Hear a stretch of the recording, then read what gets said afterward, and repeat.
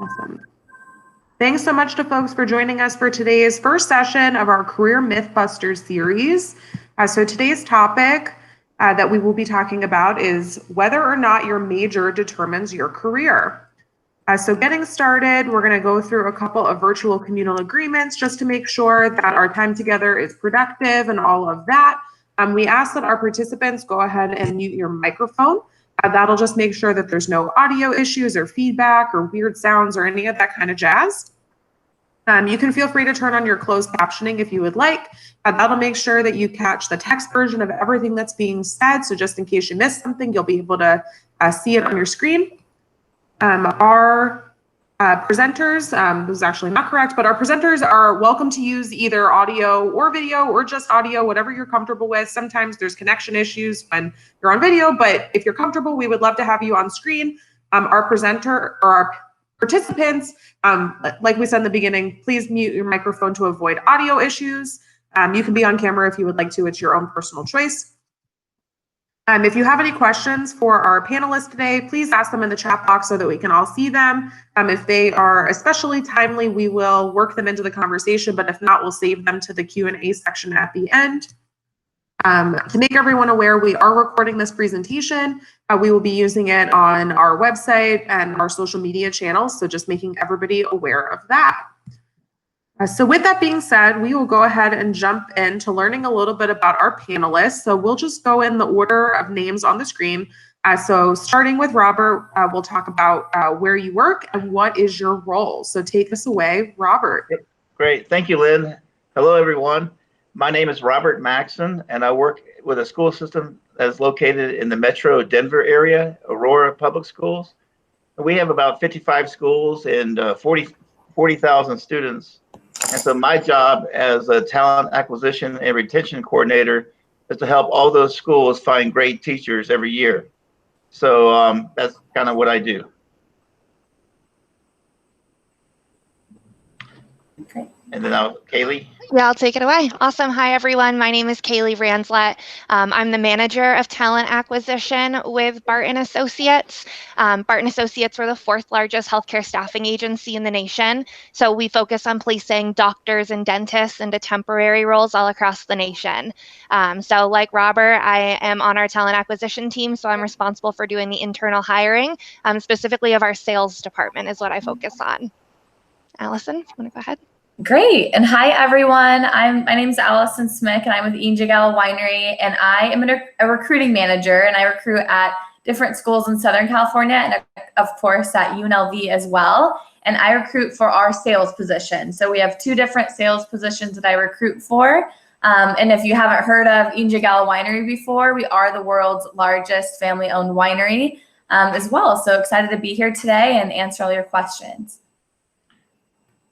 Awesome. We are very excited to have our panelists today. All of them, as you all heard, are professional recruiters or involved in talent acquisition. So we're very excited to hear their insights as we talk more about your major's influence on your career path. So we'll move into our first section of questions, which are focused on education and career trajectory. So with these ones, we're interested in learning more about our panelists a bit. So talking about your personal education and training experience, whether or not, if you have a degree or a background in this, how it's relevant to your current work and what your career path has looked like thus far. So this is like the good winding road question, you know, how did you end up where you're at now? So we're very excited to hear this feedback from all of you about how you got to where you are today. So we will start with Allison on this one. Okay, great. So I graduated from Chico State 2016. I've been with Gallo now 4 years. I just had my work anniversary last Saturday. And my major was agriculture business. And of course I work in the sales industry. So the way that I really, found my way to Gallo and how it is relevant. So it is in the wine industry. So having an agriculture background did help. I took different plant science classes as well as different wine tasting classes as well. So I did get some, industry knowledge there. I also got to take different sales electives, although I would say that, an agriculture business major is not entirely related to my career of choice. And I think the way that I found out that, okay, sales is for me is by taking those elective sales classes by choice, and also getting involved in a co-ed sales fraternity. That really helped me to decide, I'm really interested and passionate about this. And I also am not only just because I'm a recruiter, but I'm a big advocate, and I was all throughout my 4 years in college to check out career fairs. So for me, that was something that really helped me decide what type of sales role I'd like to have, since there are so many different types of sales careers. There's inside sales, there's outside sales, and beyond. So that really helped me to connect with different recruiters, see what's out there, and also see the type of cultures that different companies have to offer. And then as far as my career trajectory and what's that looked like, so I first started off as a sales rep in Southern California in San Diego right after I graduated. And we have really thorough sales training along with a lot of other companies as well. And that really prepared me to have that sales training background. I didn't have any sales training beforehand other than what I've learned very briefly from my sales electives and being in that co-ed sales fraternity as well. And then the next step, I became a district manager. So I was promoted to lead a team of 9. And I was never a manager before. So first time doing this, and I really got to learn by doing. And I also had very thorough management training as well with Gallo, which helped me to prepare for that role. And I would also say that, every role that I had before I stepped into a new position prepared me for that role. So I know that is very similar with, other careers of choice. It's that your experience helps you prepare for that next step. So then now I'm a recruiting manager. So I took another change of role, and I am recruiting, top sales talent for the different sales positions that we have. So something that is entirely different from what I've been doing. And again, Gallo equipped me with the training I needed to be successful in this role. So I would say that my education did help me to find what I was interested in, also getting involved with different organizations on campus. But I would say, my training with my company is something that really helped me to prepare to be successful for every role I've been in. Yeah. If Robert and Kaylee have anything else to add, or. Yeah. Kaylee? Robert, take it away. I'll go after. Okay. Yeah. Well, it's funny. We can sit here for the rest of the hour and talk about my experiences, and we're not gonna do that. I was a liberal arts major in college. I was a history major, and it's funny. I've graduated a number of years ago, and I've never seen a sign that said wanted history majors. It's always, history is related to something. And so what I was able to do in my career, after I graduated, again, going back to career services at the University of Georgia, I saw that there was a recruiter coming to campus. So I was a graduate. I got in my little Volkswagen Super Beetle, and I drove back to Athens, and I met with this recruiter, and she was explaining all the different opportunities working with the state government of Georgia. Georgia's a big employer. And so at the end of our 30 minutes, she said, "What job interests you?" And I said, "I want your job." And she said, "Oh, well," and just FYI, don't ever say that to a recruiter. I learned something you learn along the way. But what she shared with me, like information on different tests that you would take. And there's a lot of opportunities out there that we're not even aware of. So definitely stay connected to your career services, because there's going to be opportunities that come along. When recruiters are connecting with the university at large, there may be something in there that interests you. Of course, everything is not going to interest everyone. But so when I met with that recruiter that day, it kind of just a light bulb went off and said, I want to become a recruiter because I want to help people find opportunities. And so it took me. I went and took the little test they had to take, and it's funny. My first job in human resources was not in recruitment.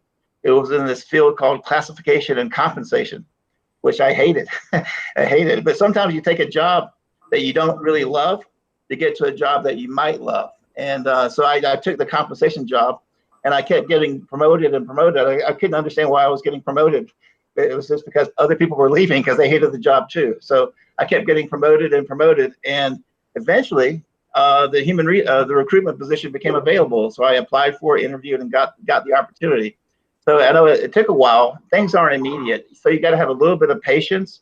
If you set a goal, have some patience and work toward that. I knew, like Allison had said, my experience in classification and compensation with the state of Georgia was giving me an unbelievable database or foundation of knowledge on Georgia opportunities. So when that position came available, become a recruiter, I had something that maybe other people didn't have, and that helped me definitely. As far as my degree, is it relevant? History is about people and places. Ironically, human resources is about people and places. There's great stories in history. There's some great stories in human resources. So if you enjoy working with people, then definitely it's a great career, and also career trajectory. What's it look like thus far? I'm going to share some more information a little bit later, but Kaylee, I'll turn it over to you. Awesome. Thank you so much. Just as a reminder, my name is Kaylee. I graduated about 5 years ago from a really small school out in New Hampshire. It's where I'm originally from. I graduated with a dual degree in communication studies and social science with a focus in political science. I'm now doing internal hiring for a company and have been since graduation. So I would say that my degree is semi-relevant in terms of the communications aspect of it, where all day, every day, all I'm doing is talking to different people. So yes and no, into the fact that my degree does relate to what I'm currently doing. A lot of what I did is I started as a freshman thinking that I wanted to be in education, really focused my career goals towards becoming a teacher. And then I got to lesson plans and decided that I wanted nothing to do with becoming a teacher. I'm someone who's very planned, but I'm also someone who doesn't like to plan months and weeks in advance like you have to do in lesson plans, and that just wasn't my interest. So I ended up switching to communications. Just because, like I said, I enjoyed talking to people and having conversations and getting to know people. And then from there, joined a group, a communications honor society. And through that is how I found talent acquisition in the role that I'm currently in. So I actually started entry level in a talent acquisition or a recruiter position. And I have had opportunity to work my way up the ladder where I am a manager of talent acquisition with my current company. I oversee the internal hiring of 5 of our 10 office locations, manage a team of 4 people. And it's really just because of that hard work and that ethic that I have that has really kind of pushed me into the position that I'm in. The fact that I enjoy having conversations and meeting with people, kind of like Robert was just saying too. So I think that's something that all 3 of us have in common, especially in the type of role that we're in, is it's not necessarily our specific background or our specific degree that led us to where we are, but it's what we like to do. And it's that relationship development that we like to do that's kind of put us into this recruiting type of role that we're in. I think that's a great point you just made. And sort of, the entire intent behind this topic today is really talking about the fact that obviously none of you majored in talent acquisition. You didn't go to college with the idea that you were going to be doing recruiting, but you've been managed to end up with successful careers, as a result of the skills and the things that you learned while you were college students. So that's kind of the entire goal of this. So awesome job. So we'll move into the next section of questions, which are about more about what your companies are doing. So recruitment practices. So talking about how important a candidate's major is in your recruitment process, the skills and competencies you notice in college graduates, regardless of the major, and some things you're looking for in a resume outside of a major, like a specific major or degree. So this is a big topic. And we will start with Kaylee on this. Awesome. Yeah, I think that one thing that you might hear similarly between Allison and I, because we are both hiring for sales positions, is that we are open at Barton Associates to a variety of different majors. For us, the major itself isn't necessarily all that important if we're going to call you or not for a first round phone interview. We're looking for candidates specifically for our company who have a great work ethic. And you can see that based on their work history, being involved in groups, just really being outgoing is what we're looking for. We're looking for people with great communication skills, awesome time management skills. We're looking for people who can do that relationship development. So for us, a major isn't all that important or necessary. It's kind of those soft skills or those additional skills that you're going to bring to the table is going to be what we're looking for when we're having those initial phone screens or phone interviews with candidates. So for us, I mean, are really, really looking for people who are involved, who are doing things outside of just taking classes. So when we look at resumes, we're looking if you're involved in Greek life, if you're an athlete, if you're involved in a business club or a communications club or whatever that may be, that's what we're looking for. So, I mean, I have people who are working for our company in management positions who are criminal justice majors. I have people who are math majors working in a sales role. Like we're looking for that kind of those competitive, money-focused, really kind of hungry people to join our team, especially when it comes to sales. And I'll pass it right to you, Alex. I'm sure this will be an easy transition. Okay, perfect. Thank you, Kaylee. Yes, totally agree with that. I have a few things to add as well, but same with us, same with Gallo. We recruit a variety of different majors, so you don't need to have that sales major or even business major as well. And as far as the skills that we notice from just college graduates in general, regardless of that major, from what I've seen on college campuses, usually college students are extremely eager to learn. You have typically great communication skills because I know there's a lot of different group projects that you're working on in your classes as well. And also the ability to multitask. So getting a degree can be challenging, and there's a lot of different things on your plate. Some students work full-time or even part-time as well during their time in school. So that ability to multitask is definitely visible as well, that I've seen in all college students, regardless of the major. And then as far as the specifics that we really look for on a resume, regardless of that major and the degree, are the soft skills like Kaylee mentioned. I absolutely agree. Having grit and also leadership experience. So like Haley mentioned, you know, what did you do on campus in different organizations, or are you a student athlete? How did you get involved in campus other than, you know, just focusing on school? Because that really shows that, you know, you added additional responsibilities to your plate, that you had influence with other students on your campus as well. And we do recruit for, it's a sales leadership development program. And this opportunity presents multiple different new roles in the future. So yes, you start entry level, but you do, like I mentioned in my path, the next step is a manager role. So you start off in sales and you do have the opportunity to, you know, hopefully be a sales director one day. So we look for candidates that have that leadership ability and drive to really have a career with us and be successful and have multiple different positions as well. So it's really, you know, in summary, I would say like the soft skills that we look for, and also having that leadership experience on a resume.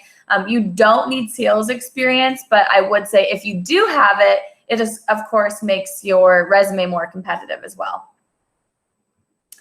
And then Robert, if you have anything to add there. I've got just a little bit. I mean, y'all hit the nail right on the head, but I've got just a little bit. One thing about education, and I'm not just speaking for Aurora Public Schools, I'm talking about schools across the country.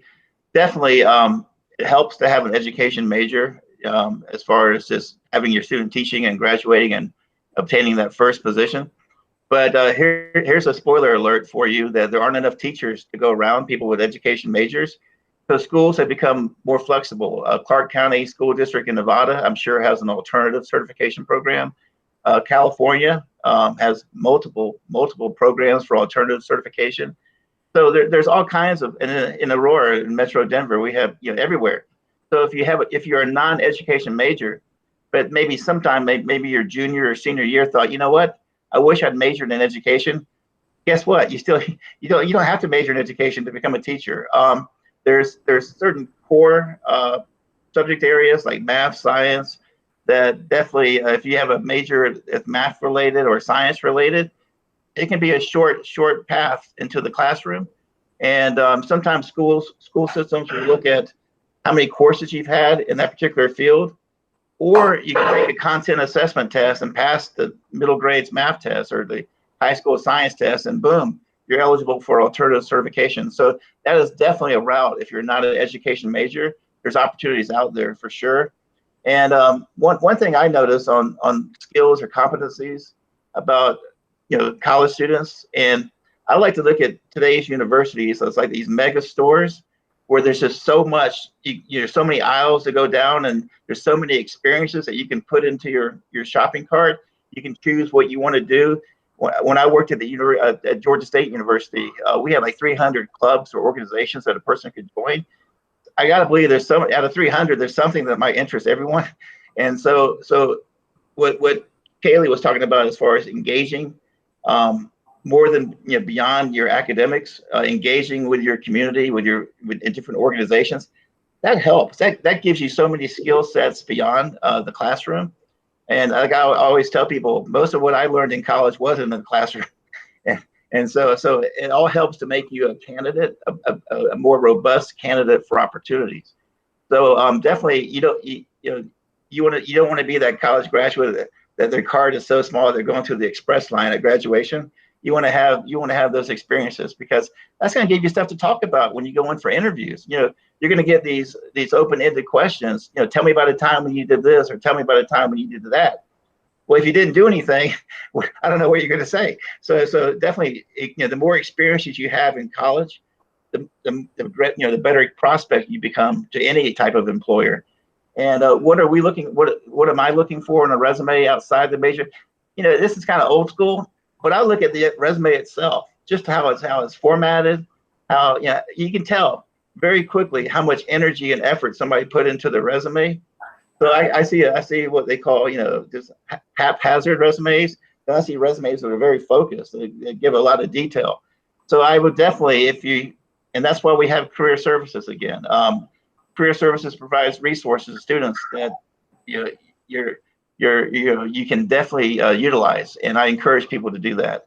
So that's kind of basically what I think. Yeah. Thank you for that. Yeah, I think all the input that you all just shared is exactly what we're looking for. None of you said we're only hiring for specific things. You're looking for skill sets. And I think that's what we're hearing from employers more and more, is that they're looking for specific skills rather than specific degrees. So that actually ties and transitions really nicely into our next topic area, which is talking about leveraging your education and training. And you guys can even talk a little bit about skills too. So what advice would you give somebody who is looking to make a transition in either their career or their education? So students that are maybe considering whether they need to change their major, or whether it's a good fit for them, or that they're looking to maybe jump industries. And then secondary to that, how would you recommend someone focus on transferable skills rather than major specific ones? So you hit on this a little bit, but like student leadership opportunities, but if you have any other things that you would recommend for people that are looking to cultivate those transferable skills. And just following our typical pattern here, we will start with Robert, since he has not gone first yet. Thank you. Thank you. It's always good to be first. So I appreciate that. What advice? I'll share with you the same thing. When I first started in teacher recruitment 20 years ago, the person I was working with, a colleague, he shared with me when he would get a phone call from somebody that said, "I'm thinking about becoming a teacher," like a career transition person from another field.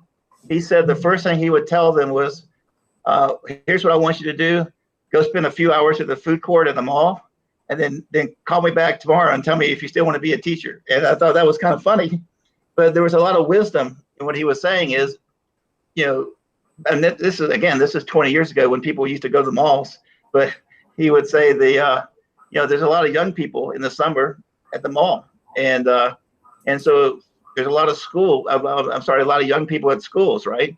So if you don't enjoy being around young people, then you probably would enjoy being a teacher.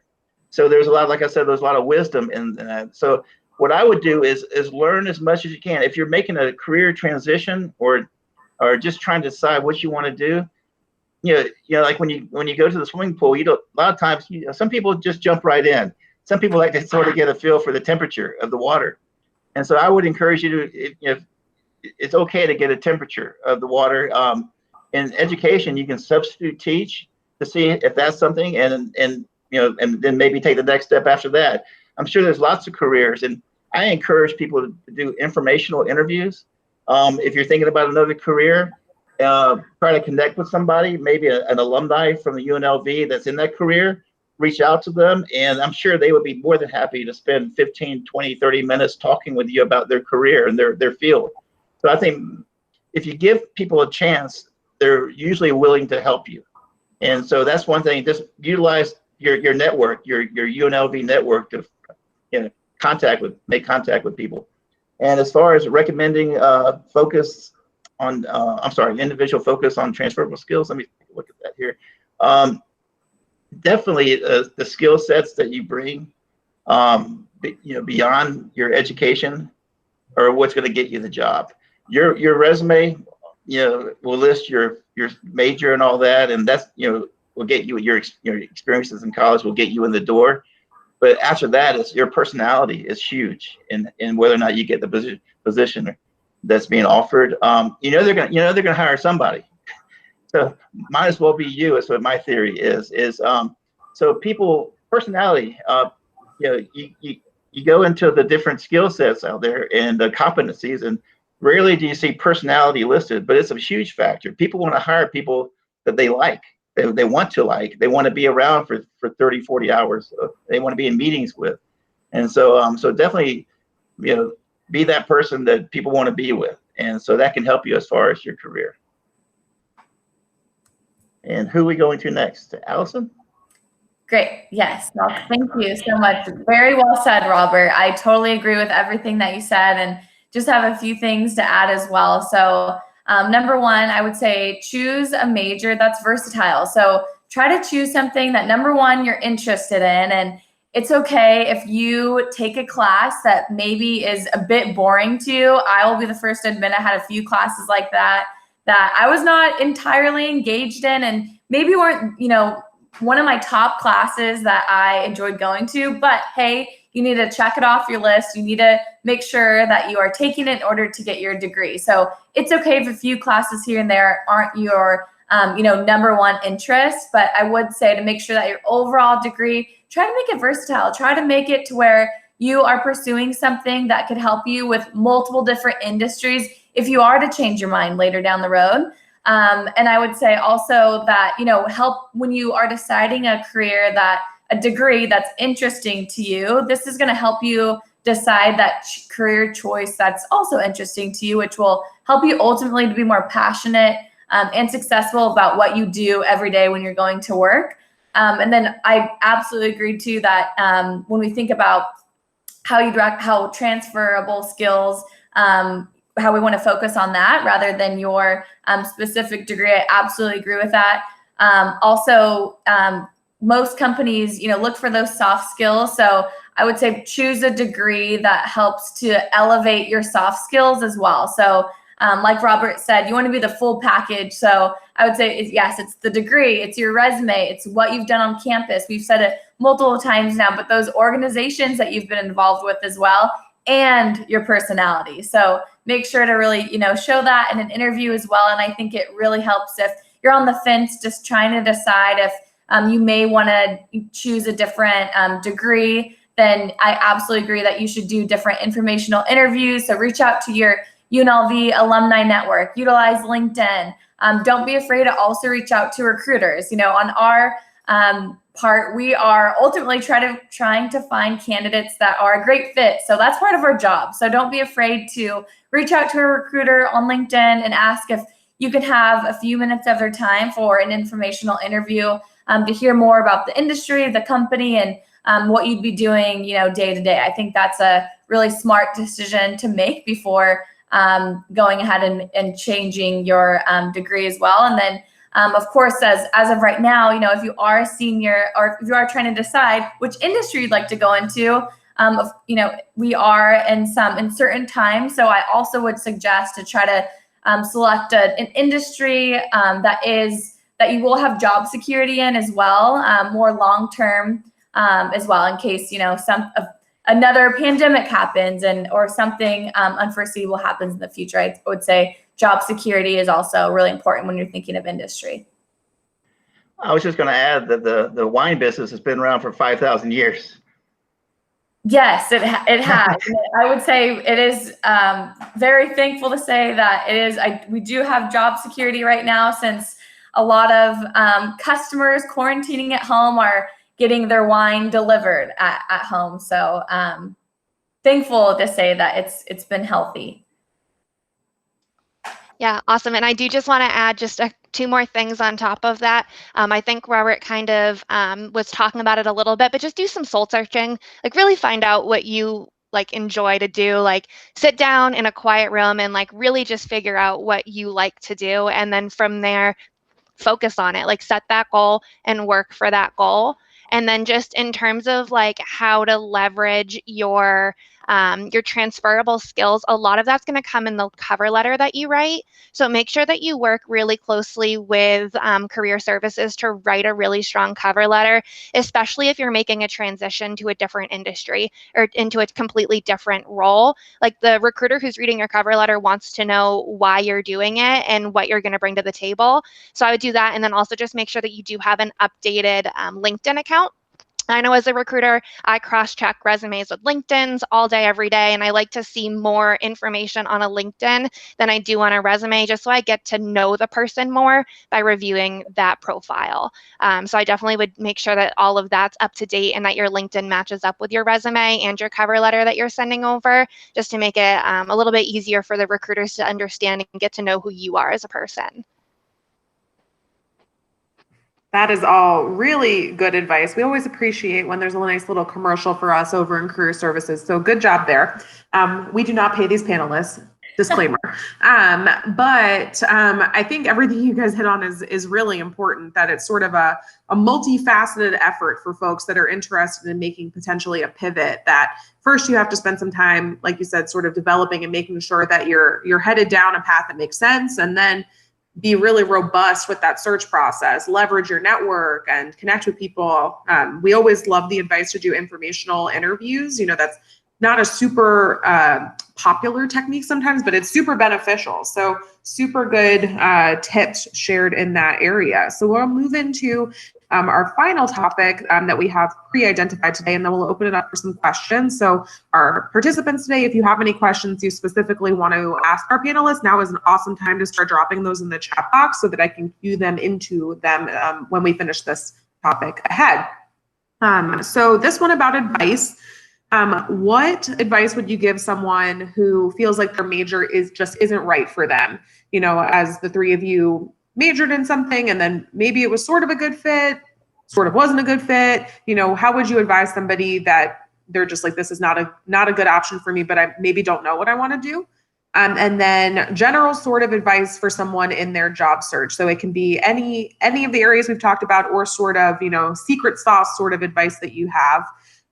But we will start with, oh boy, pressure situation here because you've all gone first once. But we'll start with Allison on this one. Okay, great. Perfect. So overall advice, if you're thinking that the major right now that you're in is not for you, I think we all have in common that we may have switched around our decisions a couple times, whether it be like our career of choice or our major. I did change my major once before as well, and it's okay. I think, you know, don't worry about it. You know, hopefully you want to make sure that you're not changing your major too frequently, because of course you want to graduate and not spend too much time in college and have that your career of your dreams. But talk it out. So talk with a career center, talk it out with different advisors, and it also relates to talk with others in that industry that you are considering before you actually make that change. And I would say, you know, overall advice that I have when you're thinking about your job search is what is important to you. So like Kaylee said, do some soul searching, think about what is important and interesting to me, and what can I be passionate about with my career search as well. And think about when you're trying to decide industry and different companies to work for. I know that a few things for me that was something that checked off boxes were room for growth. So, you know, do you have the ability to be promoted after that entry level role? Also, you know, the culture, that was another thing that I needed to check off as far as a box for a company that needed to have this. And then I would say a company that's our industry and that's going to offer a dynamic experiences. So What I think all of us, on the panel today have had multiple different roles that have taught us something new with our experience. So ask those questions when you're in that informational interview and make sure that you have a list of wants. So this is what I'm looking for. This is what I'm interested in before you actually go ahead and make that decision to change. Yeah, I completely agree. In my notes, kind of looking at the question beforehand, my advice to someone who just feels like their major isn't right is to talk to career services or talk to someone that you have a great relationship with and will be honest with you and figure out that right way to switch your major. An academic advisor, a professor, whoever it might be that you just feel comfortable talking with, and figure out what classes you need to take, like how long it's going to take you to get there. And just, make the right decision for you. If it's not for you and it's not you, then you probably shouldn't be doing it. That being said, if you're like at the end of your junior year and you're starting to be like, oh my gosh, like I don't really care for this major, my advice is to join clubs that are in line with something that you're interested in, to find an internship or a job that's in line with what you're now looking for, like something that you'll be able to put on your resume that's focused in your individual interest rather than what your specific major is. Because like all of us were saying earlier, the major isn't all that important. It's what you have done with it and your experiences that go along with it. So, if you are in that point where you just don't have the time to switch, find those things that you can get involved with. So in that way, you are focusing on what interests you. And then the second question, advice that I would give to an individual on their job search is just to be yourself, to be picky in terms of, like we were saying, that industry that you're interested in, maybe that company culture that you're looking for. Figure out what those things are and then be yourself. Submit those applications, put together those cover letters, cross-check with LinkedIn, and don't settle. If it's something that just doesn't feel right in your gut, then don't accept the role. You don't have to accept every single job offer that's given to you. So just make sure that you're submitting those applications for the roles that interest you and just be yourself. What can I add? That's such good advice. I wish. Where were you 20 years ago when I could have used this? So I don't know. But one thing, going back to my own experiences, when I was a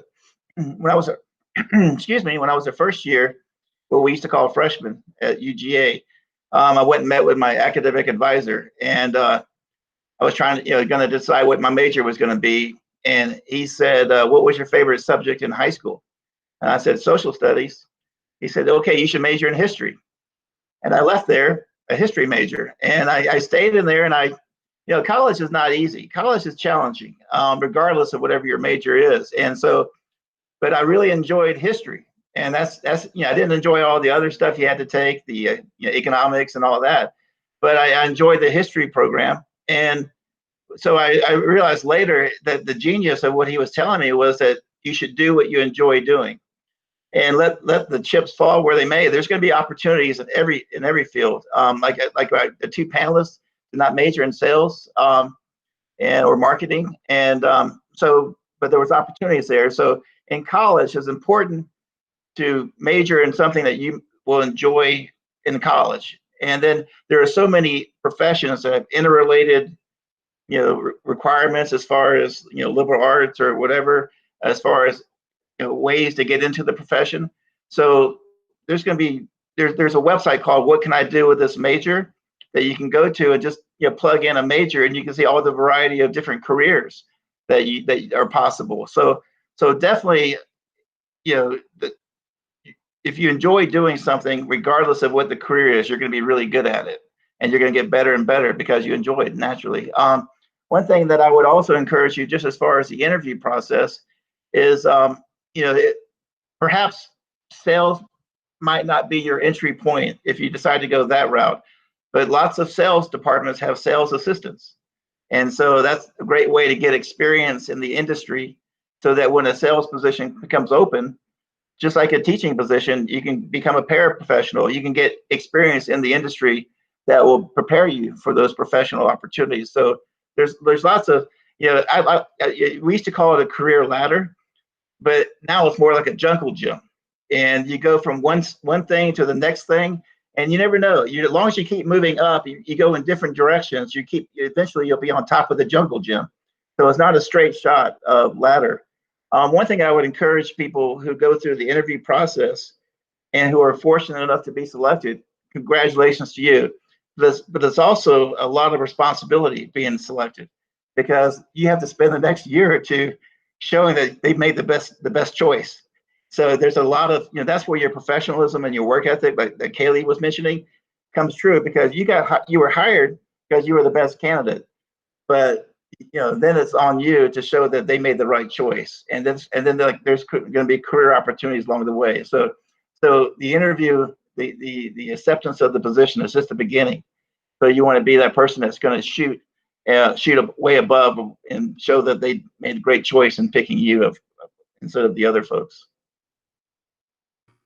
Awesome. I love that imagery of a career jungle gym. That is super cool because it's very relatable. I totally agree with you that there was for a while, this idea of a career ladder, that you started in one industry and you moved up and you worked your way to the top and eventually you were the boss. And now it's this idea, exactly like you said, that you move laterally, you move diagonal, you move up, you change, jump to the other side of the jungle gym and kind of shift around. So I think that's very cool and super fitting with what we're talking about today. So now we're going to open it up for some other Q&A. So there is a question in the chat box that we're going to talk about, but if folks have other questions, feel free to throw them in there. So this one is, about maybe some strategies that you can use with your application to demonstrate what it is you have to bring to the table, if it's not necessarily clear on paper what you have to offer. So if you have varied skills outside of, what's necessarily demonstrated through your degree or through a work experience, how can you make those skills known? Is there a strategy that people can use on their application to demonstrate those to you as a recruiter? And anyone can start. I can kick us off. So I think two things. Number one, before you actually apply, we've brought it up today on the panel, but employers want to hire those that they, connect with and they can see being on a team with and they ultimately like, right? So I would highly suggest before you put an application in, if you can, I know most career fairs are going to be virtual this coming up semester, but highly suggest to make contact with that employer face-to-face, even if it's on a virtual format at a career fair before you actually apply, or reach out on LinkedIn if maybe they're not attending that career fair in order to get in contact and put a face to your name before you're actually applying. If you can get that phone call conversation for the informational interview too, that's a great way to show those soft skills, those transferable skills before you actually apply, because you're absolutely correct. A lot of those things written on your resume are accomplishments, but that doesn't necessarily show your soft skills. Another thing that you could do is have an objective on your resume. So typically, I think kind of most rule of thumb is recruiters don't spend too much time looking at this, but if you, I wouldn't say to get rid of it altogether. If you're someone that's like, I have a very strong objective, I want to bring up these, 3 or 4 major soft skills that I have that are not, visible on my resume, you can throw an objective in there. Or you can always, if your resume is a little tight, you can always tie in those soft skills when you're describing what you've done on your resume as well. Yeah, I completely agree, Allie. And I was also just going to suggest on LinkedIn, there's a thing on LinkedIn where you can recommend people for having certain skills. So if there's a certain skill that you're looking to highlight on your application, but you can go ahead and highlight it on LinkedIn and have people say, yes, this person has this skill and recommend you for it, then that's also going to be something that will stand out to recruiters as well. Yeah, and I was just going to add, definitely on applications, on online applications, there's lots of places where you can add information. Any chance you get on the application to put in information, I would encourage you to do that, as long as it's good information, positive information. A lot of people just leave things blank, and when you get a chance to share more information about yourself, I would do that. And also, with regard to career fairs, career fairs are to me like the the peak of the iceberg. There might be one or two employers from a particular industry at a career fair, but there's a lot more employers in that industry that aren't there. So if you see that employers are hiring in that industry, dig a little deeper. Go see what other employers are in that field and reach out to them. And it's going like, going guerrilla. You're like, okay, who's not here? Who can I reach out to? And most places you can find human resource contacts. So I would take instead of being passive and waiting for recruiters to come to you, go to them as well. And of course, don't do it repeatedly every day.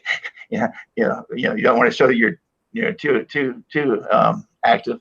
But I think because not everybody's going to do that, and that's going to help separate you from other candidates. Reaching out to those employers as well. Awesome. So we have one more question, but like I said too, if folks have more, feel free to throw them in there. This is kind of a two-parter, and they're sort of tied to each other. But how would you recommend, or I guess, how would you advise someone who's realizing that the path that they've started is not the right one, like on an exit strategy? So they're maybe a biology major, for example, and they have started down that path, and maybe they're in their first job out of college and are realizing that it is a super bad fit for them. How would you advise them on what a successful exit strategy is, maybe out of that industry to jump into a new one? And then moving into that new industry, what advice, or how would you advise somebody to explain why they've made the decision to change field or industry? So they're sort of interconnected. So you can start in either place, and whoever wants to go first. I can go first again and kick us off. So I would say, I saw that you got your degree in hospitality and meeting and events. So if you are working for a company, maybe we're working for a company in the hospitality industry, and you've decided that you would like to make a switch. So, there luckily are, no matter what industry you've worked in, I would say there are some transferable skills that I'm sure that you've learned in that industry that relate to others. So I would say, sales is typically an industry that relates really closely to hospitality. So there's multiple different opportunities in sales as well. So I would try to, like we've said today, decide an industry that's number one, interesting to you, and think about other opportunities or industries that would still be somewhat related to your industry of choice. So what did you learn in your, past roles that you've been in with this company that you could use and still be of value with another company? I would agree. Sometimes you decide that you want to go down a different path, and especially your first one or two jobs. I've seen people 20 years into their career decide they want to change, and so just know that it happens more frequently than you may think, and it's a positive thing. Just remember that you bring your skills regardless of whatever the job is.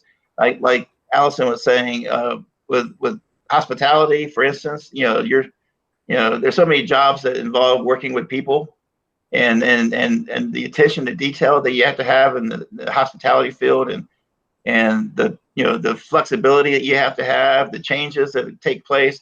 All those are wonderful skills that you can apply in other areas.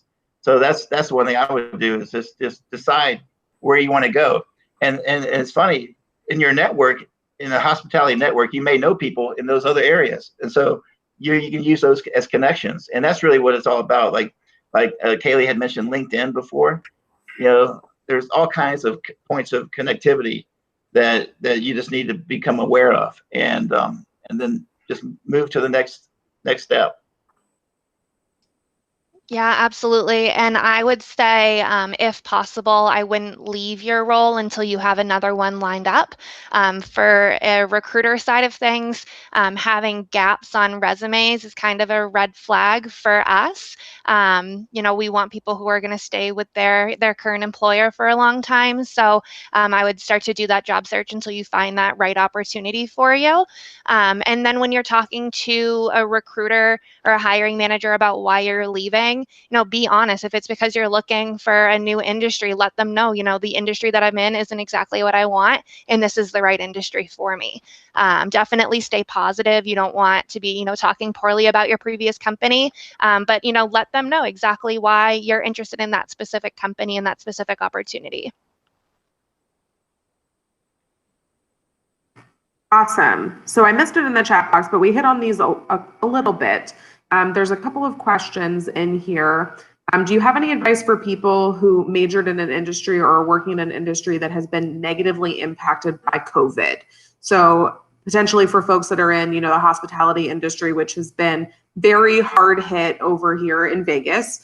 Do you have anything to offer folks that, love the industry or field that they're in, but for whatever option or whatever reason at this point, it's just not really an option for them?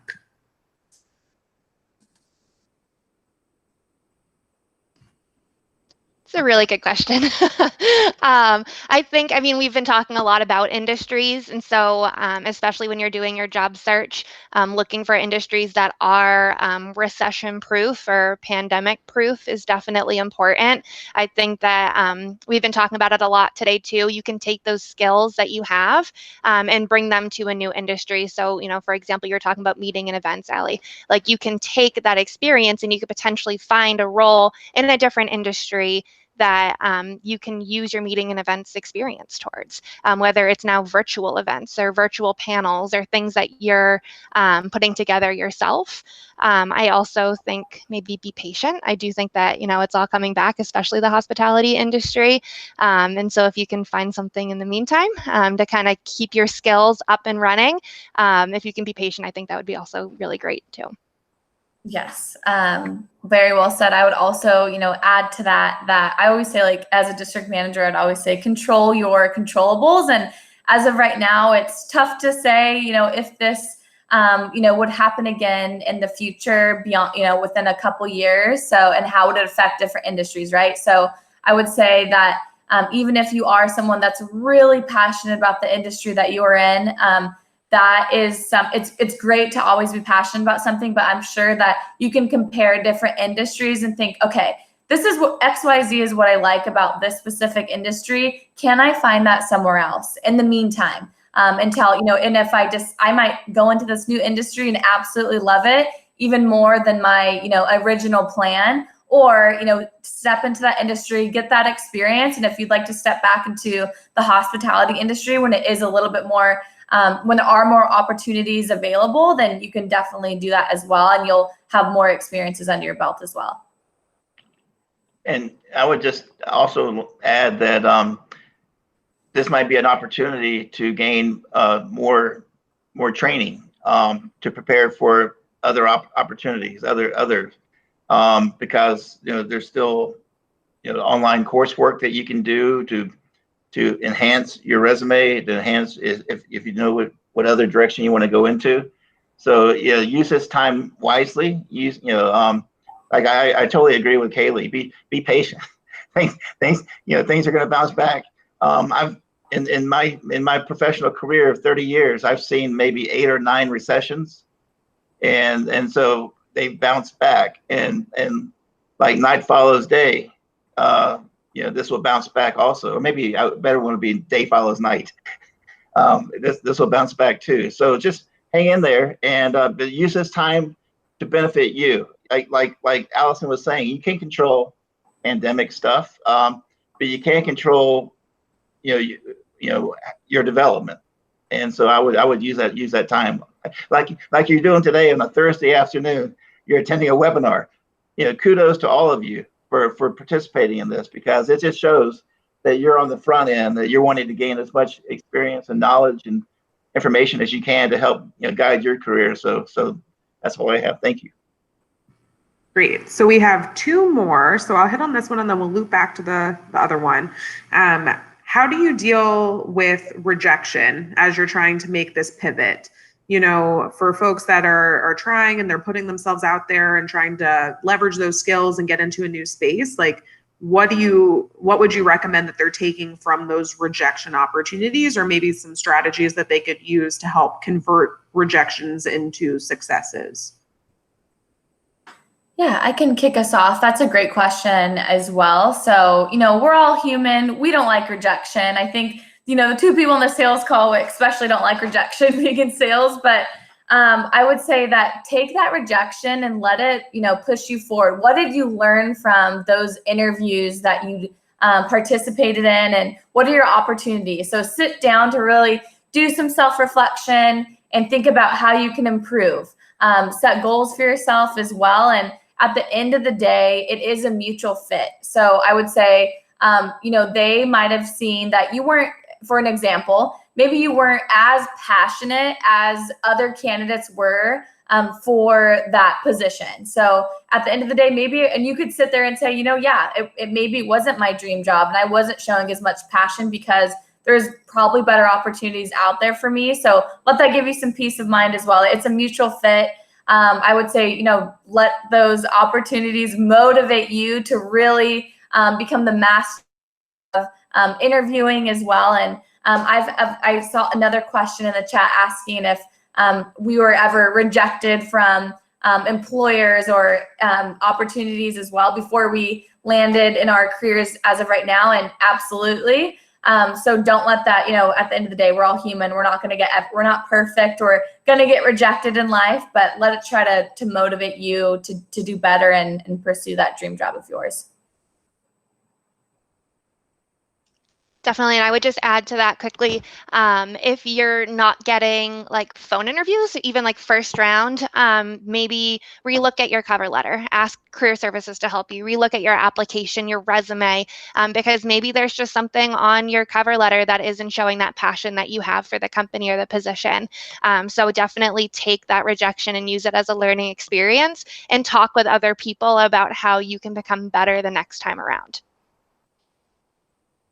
And I would just like to add a couple of things. I just jotted down notes. And these are very good questions. I'm impressed. These are some of the best questions I've ever received. And I would just share with you, okay, you make it to the interview, but you're not selected. You're quote unquote rejected. But that's not always a bad thing. Sometimes the person who's selected may decide they don't want to relocate or decide there's a salary issue and they decide they don't want the job. So coming in second or third can be a good thing. So the main thing is that the whole goal of the job search process, in my mind, is just to get interviews so you can find the right fit with the employer. And like Allison mentioned, culture is very important so you can find the right fit. I was going to share with you, after I graduated from the University of Georgia, I applied. I don't know why, but I applied to Coca-Cola because they were like the largest employer in Atlanta. So I applied to Coca-Cola. I got a rejection letter from them, and it was very nicely typed and everything back when things were typed. And I got the letter and it said thank you, but they were going to move on. That I was not in what they were looking for. And I held on to that letter because, first of all, it was impressive. I mean, one of the most largest companies in the world just sent me a letter, so I was like impressed with myself. I got a letter from Coca-Cola, and but more importantly, it motivated me. Like Allison was saying, I use that to say, wait a second. I've got a lot of skills. I've got a lot of, that I can contribute. So I just decided, okay, Coca-Cola lost out on me, and that's okay. I think they've done okay. I'm not saying that they haven't made their goals, but I think they could have done better. And the other thing I would encourage you to do is when you do make it to the interview stage and you're not selected, it's okay to reach out to a recruiter, whoever you interviewed with, and just say, hey, can you give me any suggestions that can improve me, or for my improvement in the next interview that I go into? Is there something that you can suggest? And most likely people are going to do that. Okay, so it's always good to follow up and reach out and learn something about yourself. Just know that there's always room for improvement, and just try to get better. That's a good thing about interviewing, is that you get better each time you do it. And of course, at some point you want to stop interviewing. You want a job, but just know that you're going to get better every time you interview. Fantastic. So I do want to be cognizant of time. So it is 2:00. So I'm going to wrap us up.